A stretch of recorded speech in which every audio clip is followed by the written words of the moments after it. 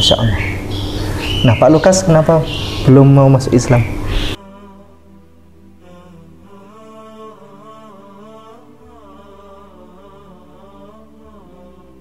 Kami ini sebenarnya sesungguhnya adalah pengikut Yesus yang sejati. Begini Pak Daniel,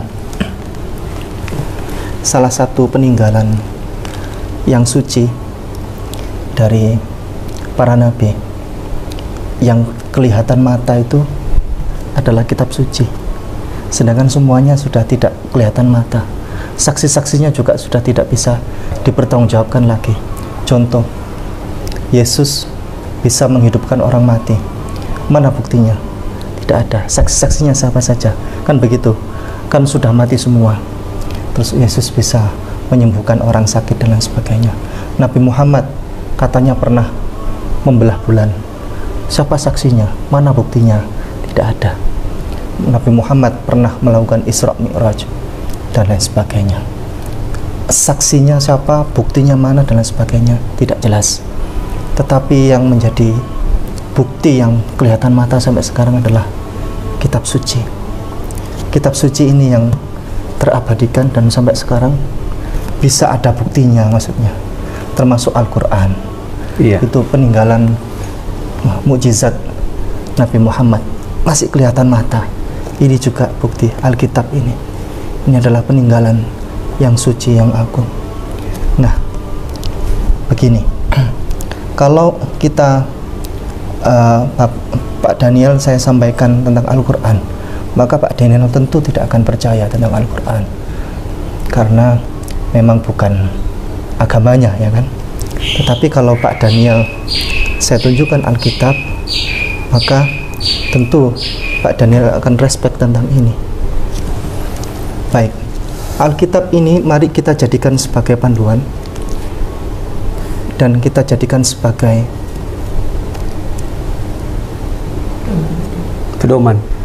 pedoman dan perjanjian agung nanti di akhirat. Ini kita bisa jadikan sebagai taruhan perjanjian kita dengan Tuhan.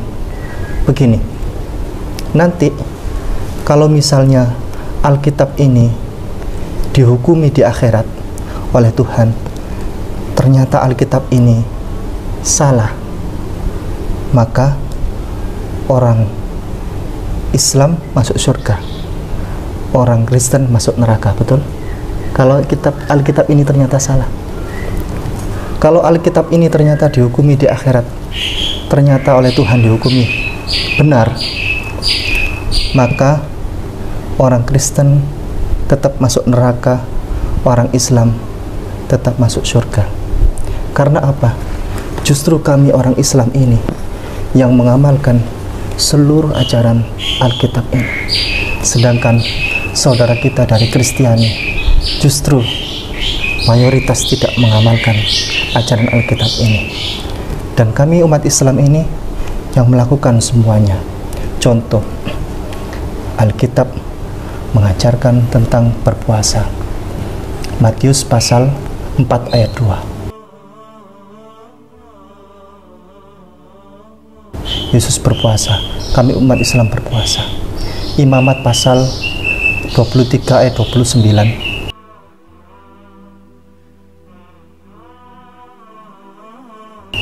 Barang siapa yang tidak merendahkan dirinya dengan cara berpuasa, maka wajiblah dilenyapkan atas kaumnya, kaum sebangsanya. Kami umat Islam berpuasa, sementara di Kristen, orang-orang Kristen dan Katolik tidak ada kapan waktu puasa yang tertentu yang memang mereka menjalankan ajaran Alkitab ini. Kemudian Yesus sunat di Lukas pasal 2 ayat 21.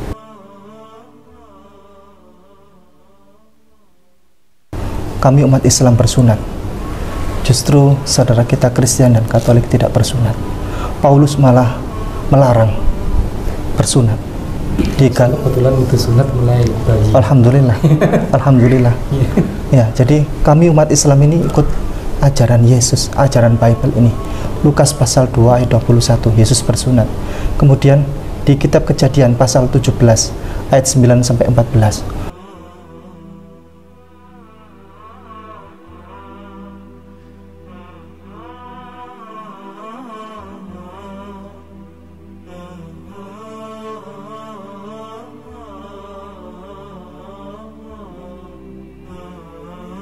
Kewajiban tentang bersunat.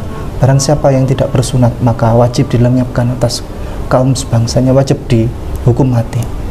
Perjanjian yang agung antara Allah dan Abraham waktu itu, baik Abraham beserta keturunannya maupun Abraham beserta yang bukan keturunannya. Kemudian di Alkitab ini diajarkan tentang haram makan babi. Imamat pasal 11 ayat 7 sampai 8.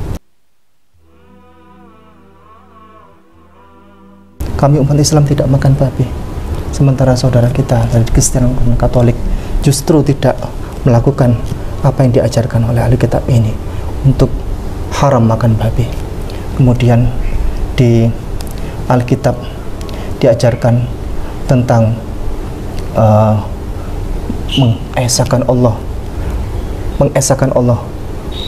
menuhankan satu-satunya Allah di Markus pasal 12 ayat 29.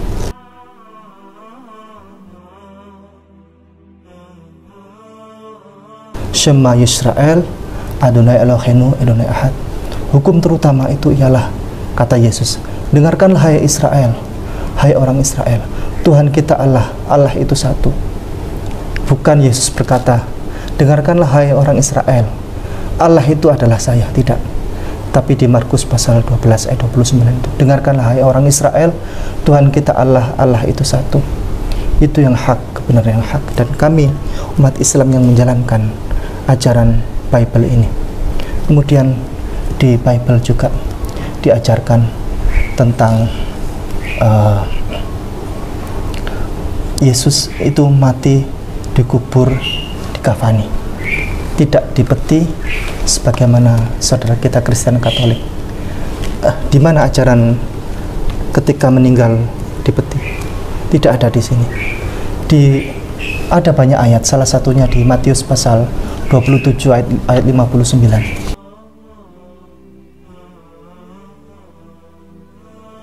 Dengan jelas di situ tertera, Yesus mati, dikubur, dikafani menggunakan kain lenan warna putih, dikasih harum-haruman. Di mana agama yang mengajarkan ketika orang meninggal pakai jas? Iya, pakai jas dan sebagainya. Orang Islam justru yang mengamalkan ajaran Yesus ini. Kemudian di Alkitab ini diajarkan tentang bagaimana tata cara peribadatan yang benar. Ruku, bersujud hingga muka sampai ke tanah. Nehemia pasal 8 ayat 6 yang tadi dibacakan oleh adik.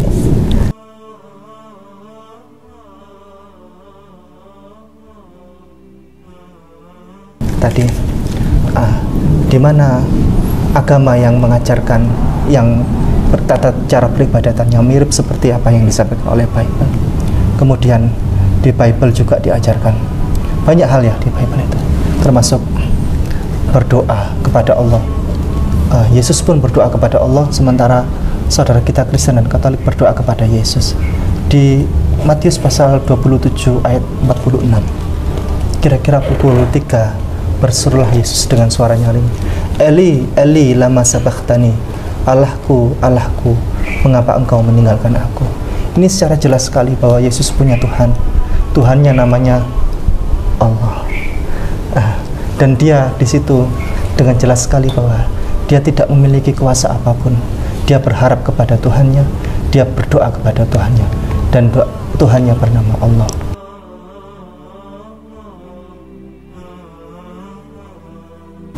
Kemudian banyak sekali di Alkitab ini diajarkan. Apalagi ya di di sini juga dilarang minum minuman keras. Orang Islam kami ini mengharamkan minum minuman keras. Sementara saudara kita Kristen kalau ada perjamuan kudus disediakan wine. Ajaran mana?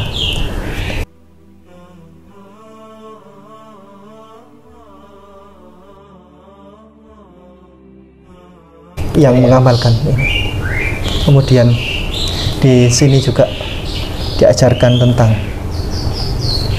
bersyahadat yang benar, bahwa syahadat itu adalah asyhadu alla ilaha illallah wa asyhadu anna Isa ibnu Maryam Rasulullah.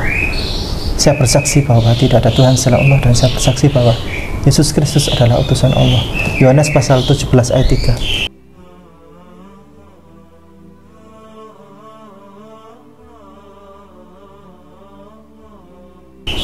Yohanes pasal 17 ayat 3. Inilah hidup yang kekal itu, bahwa mereka mengenal Engkau satu-satunya Allah yang benar, dan mengenal Yesus Kristus yang Engkau utus. Sudah jelas, Yesus adalah utusan Allah. Dan mari saya mengajak Pak Daniel hari ini bersyahadat sebagaimana yang Yesus ajarkan untuk bersyahadat. Mumpung masih ada yang mensyahadatkan. Tapi masuk akal semua. Masuk akal itu. Ya. Cuman mungkin belum saatnya. Iya. Tidak apa-apa, ini komentar. Enggak, tapi memang apa yang dikatakan jenengan memang masuk di akal saya semua gitu loh. Terus emang Islam kan agama logika gitu loh. Dan emang bisa diterima akal gitu. Cuman ya itu mungkin belum saatnya sekarang mungkin.